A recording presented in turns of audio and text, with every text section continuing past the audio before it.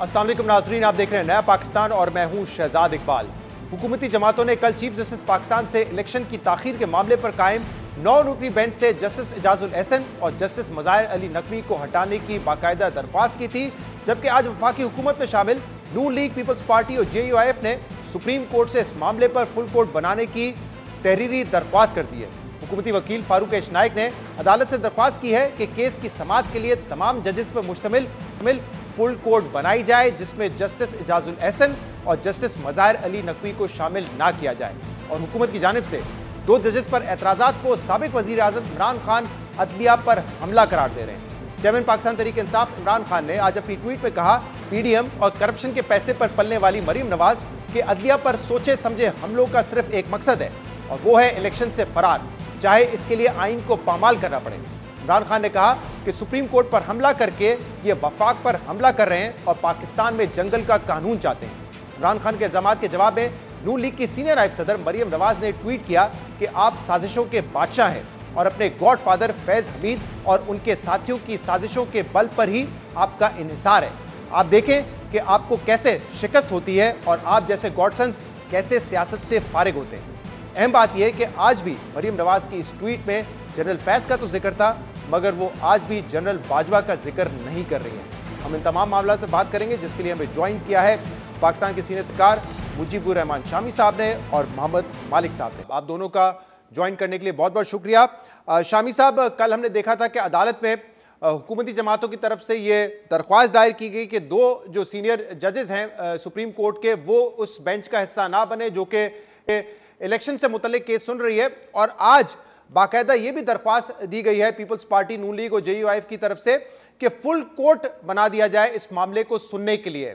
अब आपकी क्या राय है, कैसे आगे बढ़ा जाए, क्योंकि हम देख रहे हैं कि मामला काफ़ी हीटअप हो गया है। क्या रिक्यूज कर लें जजेस अपने आप को जिनका नाम सामने आ रहा है, उमर अता बंदियाल जो है वो फुल कोर्ट बना दें, या जो बेंच है इस वक्त वही मामले को आगे लेके चलें? क्या होना चाहिए? शहजाद साहब शुक्रिया। देखें, जो हमारी कानूनी रवायत है और जो अदालती रवायत है, उसके मुताबिक तो आप किसी जज पर ये एतराज़ कर सकते हैं अदालत में कि वो मुकदमा ना सुने, और ये आपका हक है।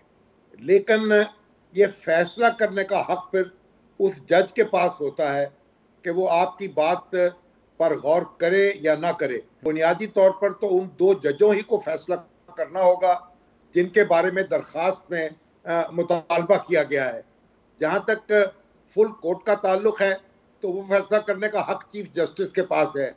लेकिन हमें माजी में तो ये रवायत हमारी रही है कि फुल कोर्ट जो है वो अहम मुकदमात सुना करती थी।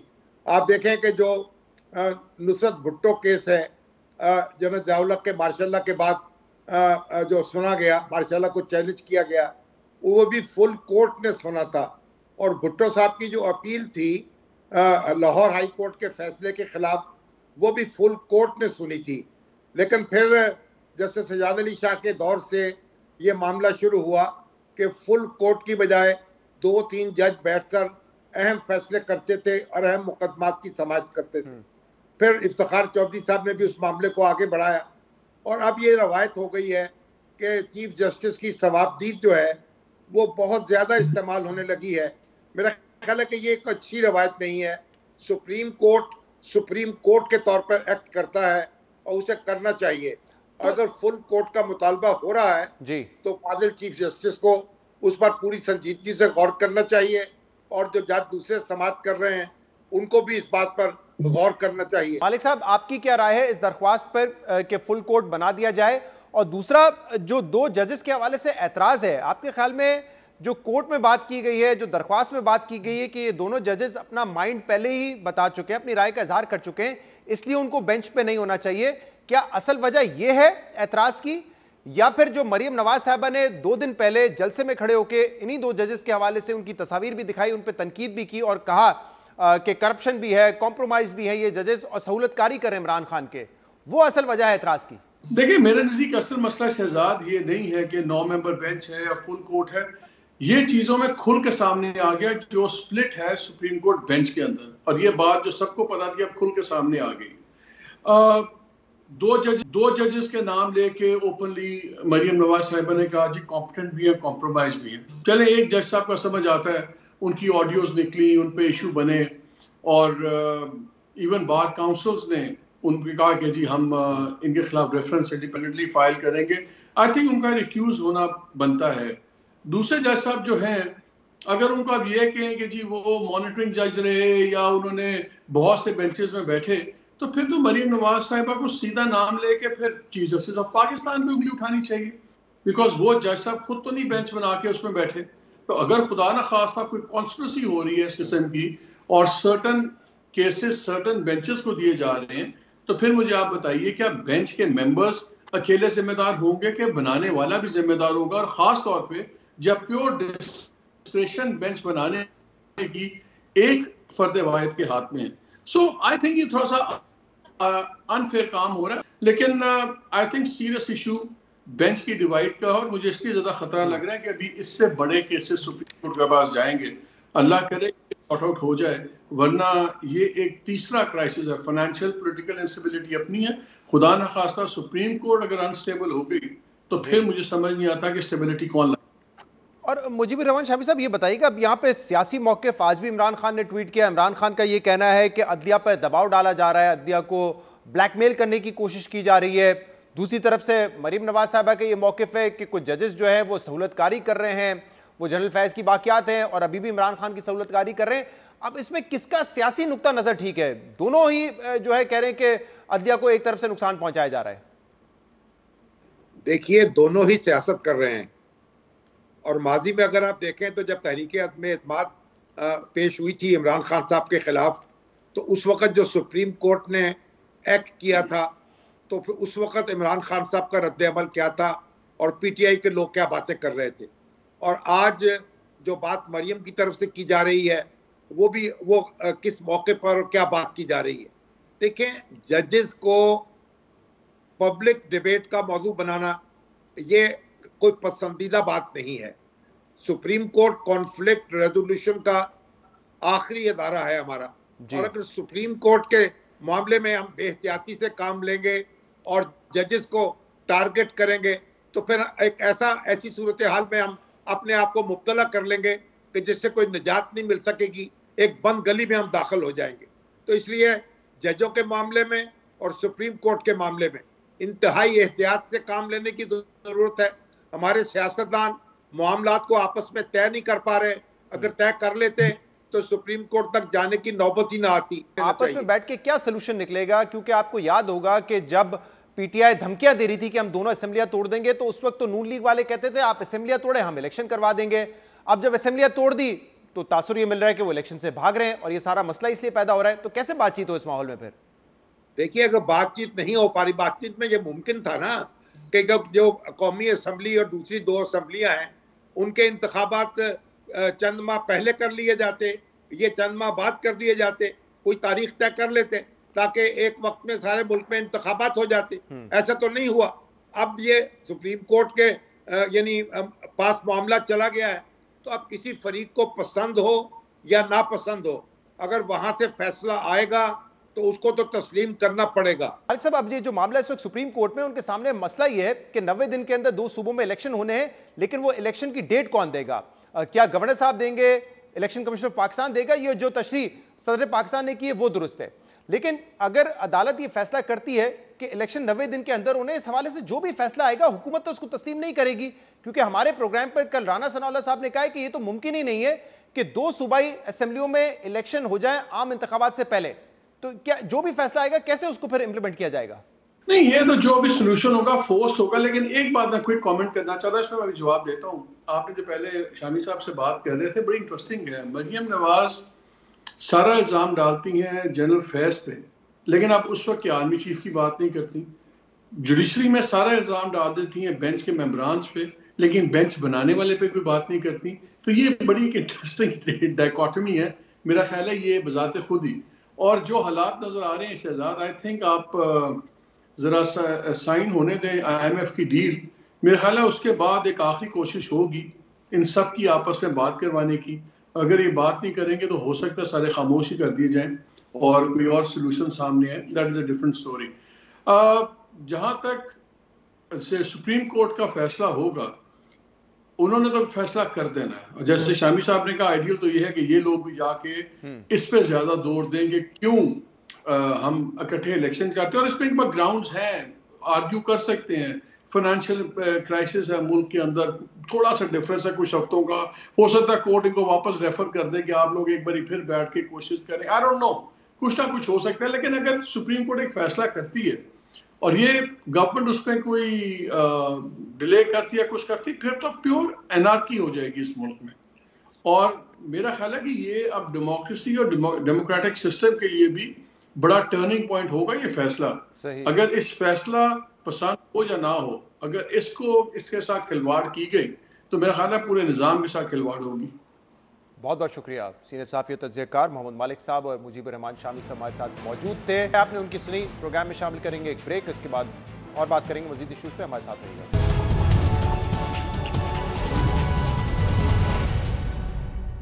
Welcome back. Pakistan super league के दूसरे मरहले में लाहौर और रावलपिंडी में मैचेस खेले जाएंगे या नहीं, इस हवाले से पाकिस्तान क्रिकेट बोर्ड और पंजाब हुकूमत के दरमियान सिक्योरिटी अखराजात पर डेडलॉक की वजह से लीग के मुस्तकबिल पर सवालिया निशान लगे। अहम बात यह कि लाहौर में कल और परसों 2 मैचेस खेले जाएंगे जो शेड्यूल के मुताबिक होंगे, मगर 1 मार्च से लाहौर और रावलपिंडी में लीग के जो मैचेस शेड्यूल हैं वो उन्हीं वेन्यूज पर होंगे या ये मैचेस कराची मुंतकिल कर लिए जाएंगे, इस पर अभी तक कोई फैसला नहीं हो सका है। अहम बात यह कि पाकिस्तान सुपर लीग को दुनिया की दूसरी बड़ी क्रिकेट लीग कहा जाता है और पहली बार लीग का 8वां एडिशन 2 मरहलों में हो रहा है। इस लीग में गैर मुल्की खिलाड़ी आते हैं जिन्हें सदाती लेवल की सिक्योरिटी दी जाती है, इसलिए ये सारे मामला पहले ही तय हो जाने चाहिए थे। मगर ये पंजाब हुकूमत और पीसीबी की बड़ी नाकामी है कि लाहौर और रावलपिंडी में लीग का दूसरा मरहला शुरू होने से सिर्फ 2-3 रोज पहले मसला खड़ा हो गया है कि लीग पर सिक्योरिटी और लाइटिंग के अखराजात कौन बर्दाश्त करेगा। कल इस अहम मसले पर पीसीबी मैनेजमेंट कमेटी के सरबराह नजम सेठी ने फ्रेंचाइज मालिकान से अहम इजलास किया था, जबकि आज इस पर पंजाब काबीना का इजलास हुआ है। इस मीटिंग में क्या फैसला हुआ है, इस पर बात करने के लिए हमारे साथ मौजूद है निगरान वजीर तालीम पंजाब मंसूर कादर। मंसूर साहब, बहुत बहुत शुक्रिया वक्त देने के लिए। मंसूर साहब, बड़ा अहम टूर्नामेंट है पीएसएल पाकिस्तान क्रिकेट के लिए इस वक्त जो डेडलॉक है उसके हवाले से जरा बताइएगा, क्योंकि खबर आज ही आई थी कि आप और आपकी कुछ काबीना के साथी पीसीबी से नेगोशिएट करने गए थे, लेकिन डेडलॉक अब तक बरकरार है, कोई हल नहीं निकला है कि क्या लाहौर और रावलपिंडी में जो मैचेस होने हैं उसकी सिक्योरिटी अखराजात पीसीबी बेयर करेगी या फिर पंजाब हुकूमत बेयर करेगी, क्या है मामला इस वक्त? मैं थोड़ी सी इसकी बैकग्राउंड आपको बताना चाहूंगा कि जब ये पीएसएल के इस साल के सिक्योरिटी इंतजामात को आखिरी शक्ल दी गई तो इसके इंतजामात के सिलसिले में जो तखमीना लगाया गया वो 1 अरब और 20 करोड़ रुपए का था। ये पंजाब हुकूमत के पहले इजलास में जब इसको रखा गया तो caretaker chief minister Mohsin Raza Naqvi साहब ने इस पर अपने तहफ़्फ़ुज़ात का इजहार किया और कहा कि ये इतनी बड़ी रकम है जो कि पंजाब हुकूमत के एक्सचेकर से खर्च की जानी है। हम इस वक्त जब से ये निगरान हुकूमत आई है एक एक पैसा और एक एक रुपया संभाल के और प्रूडेंटली खर्च कर रहे हैं, और हम कोशिश कर रहे हैं कि जब ये पीएसएल ख़त्म होगा तो उसके 2 से 3 दिन के बाद रमज़ानुल मुबारक शुरू हो जाएगा। हम पंजाब के अवाम की सहूलियात के लिए और रमज़ानुल मुबारक में ख़ास तौर पर उनको रिलीफ देने के लिए गवर्नमेंट के वसाइल इस्तेमाल करना चाहते हैं। तो ये बहुत बड़ी रकम है जो पंजाब हुकूमत की तरफ से यहाँ पे खर्च की जाएगी। क्योंकि पीसीबी इस टूर्नामेंट को ऑर्गेनाइज करता है तो हम उनसे ये कहते हैं कि वो इसके अंदर अपना शेयर डालें ताकि हम अवाम को तफरीह भी मुहैया कर सकें और पंजाब के अवाम के लिए सहूलियात भी पैदा कर सकें। इससे काबीना ने फैसला किया और उसके ऊपर एक कमेटी बनाई गई और इन अखराजात को रैशनलाइज किया गया, उनको मिनिमम पे लाया गया।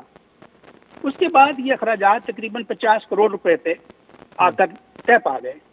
इसी स्ना में हमने पाकिस्तान क्रिकेट बोर्ड से मुज़ाकरात शुरू किए और उनको कहा कि हम इसकी तकसीम इस तरह कर लेते हैं कि 25 करोड़ रुपया पंजाब हुकूमत इसके लिए जारी कर देगी और 25 करोड़ रुपया पीसीबी इसमें अपना हिस्सा डाले ताकि ये टूर्नामेंट और ये पीएसएल जो पंजाब के अवाम बड़ी देर से इसका इंतजार कर रहे हैं ये बेफिटिंग बैनर के अंदर कंडक्ट किया जा सके। लेकिन हमारे मुज़ाकरात इनसे कल भी हुए तो पीसीबी ने हमें वो अपने पार्ट पे जो 25 करोड़ रुपया है उसको देने से इनकार कर दिया। इस पर यह मामला आज पंजाब की काबीना के इजलास में दोबारा ज़ेरे बहस लाया गया और काबीना के आगे रखा गया। इस मौके पर दोबारा चीफ मिनिस्टर साहब और काबीना के अरकान की यह राय थी कि पंजाब हुकूमत, निगरान हुकूमत इतना बड़ा खर्चा पंजाब की आवाम की जेबों से निकाल कर खर्च करने की बजाय उनके रिलीफ पे भी खर्च करना चाहती है। तो मंसूर साहब, अब आपका जो आखिरी मुतालबा है पीसीबी से वो ये कि 50 करोड़ के अखराजात है, 25 करोड़ पीसीबी दे और 25 करोड़ पंजाब हुकूमत देगी, लेकिन इसके लिए पीसीबी राजी नहीं हो रहा है।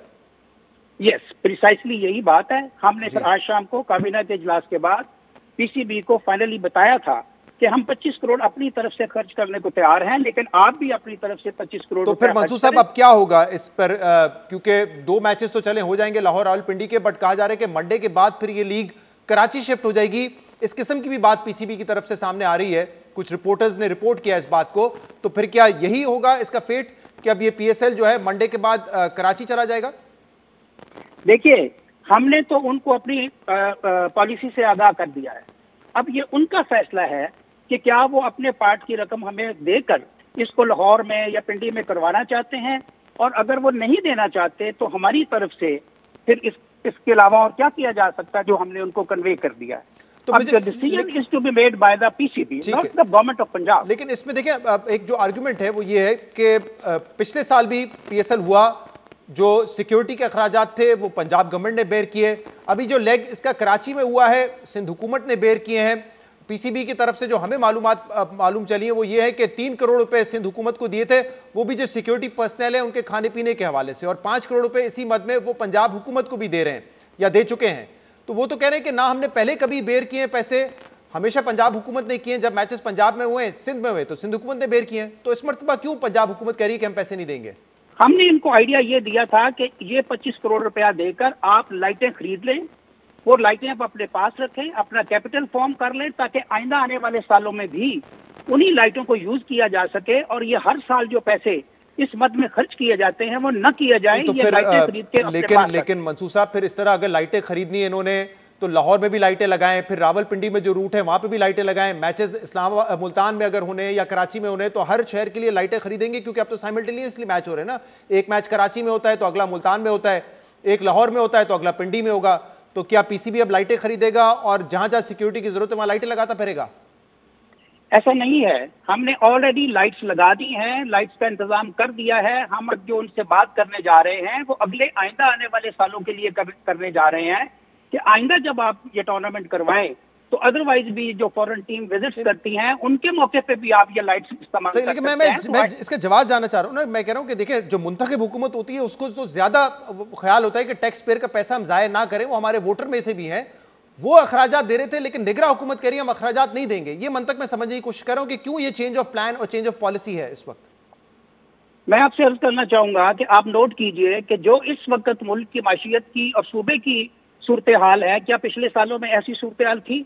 इस वक्त सूरत हाल ये है कि हमारे लिए पंजाब के अवाम को रमजान के अंदर रिलीफ देना अपने वसाइल में से बहुत मुश्किल हुआ है। हमारे पास भी इकोनॉमिकली बहुत ज्यादा हालात अच्छे नहीं हैं। इन हालात में हमने इसलिए इस दफा ये स्टेप लिया है कि कहीं ना कहीं से तो इस बात का आगाज होना है कि ये बर्डन पीसीबी हमारे साथ शेयर करे। तो अब इसमें जो नुकसान है वो फ्रेंचाइजीज का भी होगा, पीसीबी का भी होगा। अगर वो ये फैसला करते हैं कि हमें मैचेस अब कराची में करवाने हैं और लाहौर में तो बहुत सारे मैचेस हैं जिसकी टिकट सोल्ड आउट हैं, तो फिर क्या होगा? फैंस जो सेंट्रल पंजाब के हैं जो लाहौर आके मैच देखना चाहते थे वो नहीं देख सकेंगे, जो टिकट रेवेन्यू है उसमें नुकसान होगा, और लीग जो है इतनी बड़ी लीग जो कि पाकिस्तान की लीग है वो कराची तक महदूद हो जाएगी। फिर ये इसका नतीजा निकलेगा। ये आप बिल्कुल सही फरमा रहे हैं और हमारा अपना दिल है। ऑनेस्टली मैं आपको बताऊं कि आज काबीना के इजलास में हर बंदे का ये व्यू था कि जी ये टूर्नामेंट लाहौर के अंदर और पंजाब के अंदर ही होना चाहिए, किसी सूरत इस टूर्नामेंट को बाहर नहीं जाना चाहिए। और पंजाब के अवाम जो इतनी देर से इस बड़ी एंटरटेनमेंट के इंतजार में है उनको हमें मायूस नहीं करना चाहिए जी। इसीलिए हमने ये कहा था कि हम इसका आधा खर्चा बर्दाश्त कर लेते हैं, आधा खर्चा। लेकिन ये देखिए, ये आखिरी वक्त तक छोड़ने पर कि मैच से 1-2 दिन पहले ये डिस्कस हो रहा है कि लीग हम कराची में शिफ्ट कर दें, ये फेलियर पीसीबी और पंजाब गवर्नमेंट दोनों का है। इंटरनेशनल प्लेयर्स इसमें आते हैं जिनको हुकूमत पाकिस्तान गारंटी करती है प्रेसिडेंशियल लेवल सिक्योरिटी, लेकिन उसके बाद अगर आखिरी दिन ये तमाशा होगा कि सिक्योरिटी का अखराजात कौन उठाएगा, तो ये फेलियर तो आप दोनों का है। इसको आखिरी वक्त तक क्यों छोड़ा गया इस मामले को? इस मामले को तकरीबन 8-10 दिन हो गए हैं जब से हमने इसको टेकअप किया है, और करते करते ये मामला यहाँ तक आ गया है। आपकी राय से मैं बिल्कुल इत्तेफाक करता हूँ, इस मामले को बहुत पहले हल कर देना चाहिए था। लेकिन आप देखिए कि केयरटेकर गवर्नमेंट को बने ही 1 महीना हुआ है, उसकी कैबिनेट की फॉर्मेशन को अभी 1 महीना पूरा नहीं हुआ। तो इसलिए जब केयरटेकर गवर्नमेंट आई और उनके सामने ये मामला आज से 10-15 दिन पहले रखा गया, तो उसी वक्त केयरटेकर गवर्नमेंट ने इसको टेकअप किया है। हमारे पार्ट पे इस पे ऐसा नहीं हुआ कि कोई नेग्लिजेंस हुई है। बहुत बहुत शुक्रिया। मंसूर कादिर साहब हमारे साथ मौजूद थे। इस इशू पर हम मजीद बात करेंगे, जिसके लिए हमें ज्वाइन किया पाकिस्तान के फॉर्मर टेस्ट कैप्टन और फॉर्मर पीसीबी चेयरमैन रमीज राजा ने। रमीज राजा साहब, बहुत बहुत शुक्रिया वक्त देने के लिए। पिछले 2-3 साल से हम देख रहे हैं कि जो तमाम मैचेस हैं पाकिस्तान सुपर लीग के, वो पाकिस्तान में ही होते हैं। फिर क्या वजह है कि इस मरतबा ये प्रॉब्लम बन गया है पीसीबी और पंजाब हुकूमत के दरमियान कि जो सिक्योरिटी अखराजात है वो कौन बेयर करेगा? पीसीबी बेयर करेगा या पंजाब हुकूमत बेयर करेगी? क्या वजह है, क्यों ये डेडलॉक खड़ा हो गया इस वक्त? डेडलॉक इसलिए है जी कि प्रिपेयर्ड नहीं थे, क्योंकि मीटिंग में जब तक चेयरमैन की हाजिरी नहीं होती है आपको ज़्यादा लिफ्ट नहीं मिलती है। अगर इस तरह से क्रिकेट बोर्ड जो है वो पैसे शेल आउट करने शुरू कर दें सिक्योरिटी में, जो कि प्रेसिडेंशियल सिक्योरिटी में एक तरह से वो गवर्नमेंट की तरफ से बैकिंग होती है जी कि हम सारे अखराजात जो हैं आपके पूरे करेंगे, तो ये तो बिल्कुल दिवालिया हो जाएगा जी cricket board. Every time 50 crore रुपया देना पड़ेगा, तो कहाँ इतने कॉफर्स में पैसे ही नहीं है। सही, तो हिस्टोरिकली क्या होता है? तमाम जो सिक्योरिटी अखराजात हैं वो सूबाई हुकूमतें बेयर करती हैं या पीसीबी कंट्रीब्यूट करता है उसमें? देखिए, ये जब तक मैं था तब तक तो यही एक प्रेसिडेंट सा सेट भी हुआ है, प्लस एक ओनरशिप थी कि जी ये क्योंकि क्रिकेट जो है ये आपकी एक बहुत बड़ी स्पोर्ट है, मुल्क को इकट्ठा रखती है, कल्चर्स हर ट्रांसजेंड करती है, लैंग्वेजेस को बैरियर्स तोड़ती है, इसकी वैल्यू जो है वो बेइंतहा इंपॉर्टेंट है हमारे कल्चर में, हमारे पाकिस्तान में। तो इसको हमें लुक आफ्टर करना है। तो एक तरह से गिवन होता था कि जी ये चीज़ होनी है और ये नेशनल इंटरेस्ट में है। मगर इसके अलावा जो आपको काम करने का ये है कि आपको पीआर एक्सरसाइज भी चाहिए, अपना केस प्लीड करना पड़ता है हर दफ़ा, उनके जाके बात करनी पड़ती है कि देखें ये मॉडल बहुत बड़ा है, चाहे पीएसएल हो चाहे फॉरेन टीम जब पाकिस्तान में आती है, तो अगर वो सिक्योरिटी नहीं आप देंगे तो यहाँ पे कोई बड़ा टूर्नामेंट या बड़ी सीरीज नहीं हो सकेगी। तो ये बात जो है वो बार बार आपको इम्प्रेस करनी पड़ती है गवर्नमेंट को। और रमीज राजा साहब, अगर इस बात पर इत्तेफाक नहीं होता पीसीबी और पंजाब हुकूमत के दरमियान और इस लीग के बाकी मैचेस रावलपिंडी लाहौर से शिफ्ट कर दिए जाते हैं कराची, तो इससे पाकिस्तान सुपर लीग को, इस ब्रांड को कितना नुकसान होगा और इस फेलियर का फिर जिम्मेदार कौन होगा? देखिए, बहुत बड़ा नुकसान होगा, इसलिए कि ये जो सेटअप किया हुआ है, आपकी जो 2 प्रोडक्शन टीम्स हैं, आपके इतना ज्यादा आपने खर्चा किया है, वो फ्रेंचाइज की जेब में से जाता है, और फिर बाद में अगर सिर्फ एक सेंटर के ऊपर ही सारे मैच करवाएंगे तो होम एंड अवे कॉन्सेप्ट जो डेवलप किया गया था वो फॉट हो जाता है, लोगों का इंटरेस्ट कम हो जाएगा, क्योंकि व्यूइंग फटीग हो जाती है एक सेंटर में अगर आप 15 मैच करवा देंगे।